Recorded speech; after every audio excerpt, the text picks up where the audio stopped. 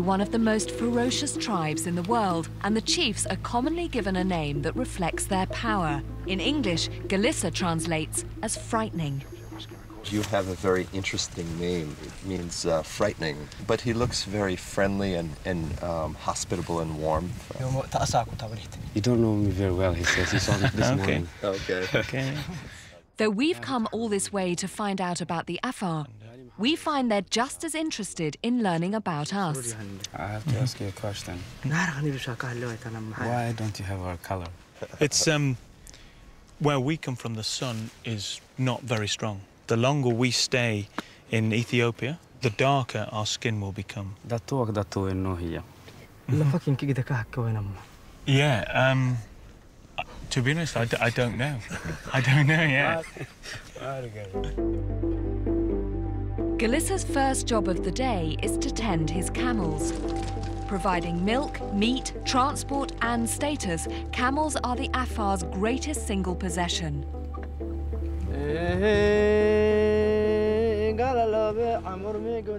So it's not surprising Galissa sings to his every morning before milking begins. Guests are traditionally welcomed with fresh camel's milk, so for Steve and Richard, this is a huge honour. Okay. Gotta get. That's very nice. That's very nice. And it's considered very rude not to finish it. There you go. Get it down you. That's, you know, it's thank you very much for that. That's great. Try more? Camel's milk is a vital source of protein and fat in the Afar's otherwise fairly meagre diet. What's really nice here is we can see that it's obviously very important to him that his children, especially the male children, grow up big and strong.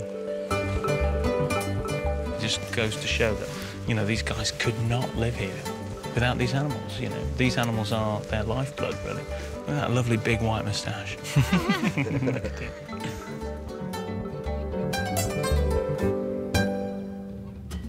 This part of the Danakil Depression is just as hot as anywhere we've travelled through, with daytime temperatures regularly approaching 50 degrees centigrade. But it's also remarkably green here, and that's because there's water, if you know where to dig. Gosh, it's a deep well, 15 feet deep. Team medic Sue and I are spending the day with Galissa's wife and daughters, and our first job is to collect water. The Afar have always been a nomadic people, travelling in search of grazing for their animals.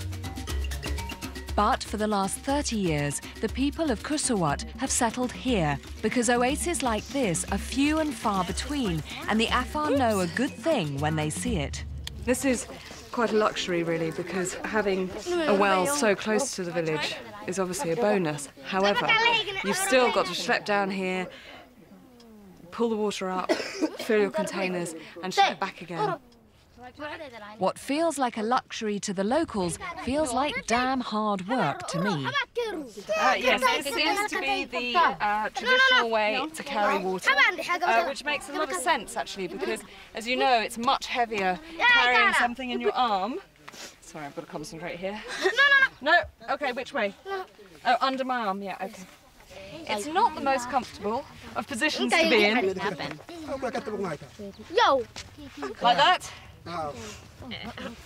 Good? Everyone happy? OK, back up the hill.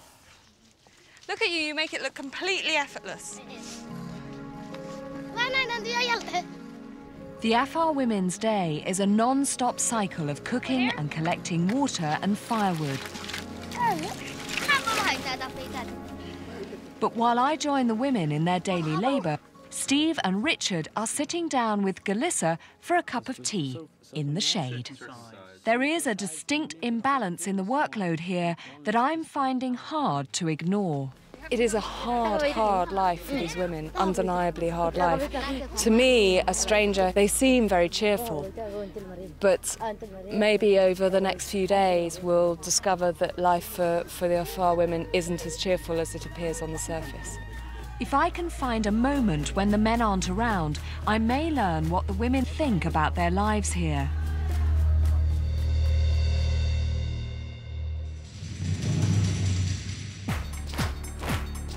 Day 2, and Dougal is heading off with his team to continue his geological exploration of the Afar region. On our journey here, he's picked up evidence of increasing volcanic activity, which could mean the Horn of Africa will eventually break away from the continent and lead to the birth of a new ocean. Just a few days' drive away, there's evidence that this is happening faster than anyone realized. 2 years ago, there was an earthquake which the locals say produced a vast crack in the surface of the Earth. We're hoping to see something which is very visual from the ground up. We know that this particular fissure was involved in also a small volcanic eruption, so there should be good evidence of essentially the ground just breaking apart underneath our feet. The fissure is so remote, it's only been mapped by satellite and no one has ventured inside. So this journey promises to be a scientific goldmine, if they're able to get the team and their equipment where no man has gone before. Go, go! Go, Mom. While we wait for news of Dougal's venture, Steve finds that the Afar rely for their survival on another staple animal, just as important as the camel, that universal ruminant, the goat. Goats are one of the most amazing species. They can live everywhere. They can live at the top of mountains, they can live out in the desert. And we're going to follow these guys now, and we're going to see just how they use their behaviour to exist out here, because it's a completely different role than the camels.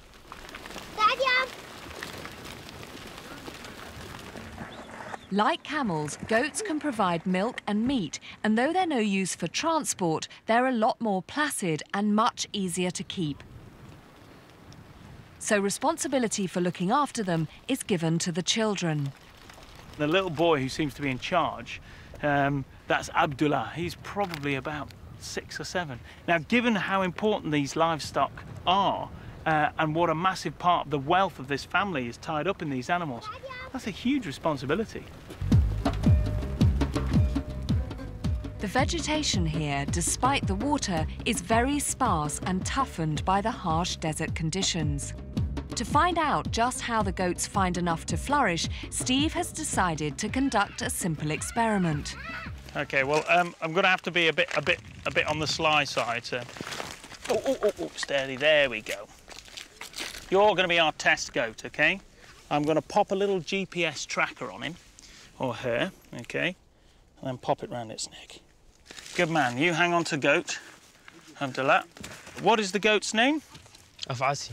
Afasi. Redmouth. Redmouth. Yeah. Right, let's follow Redmouth then, Afasi. Afasi, and see where he goes.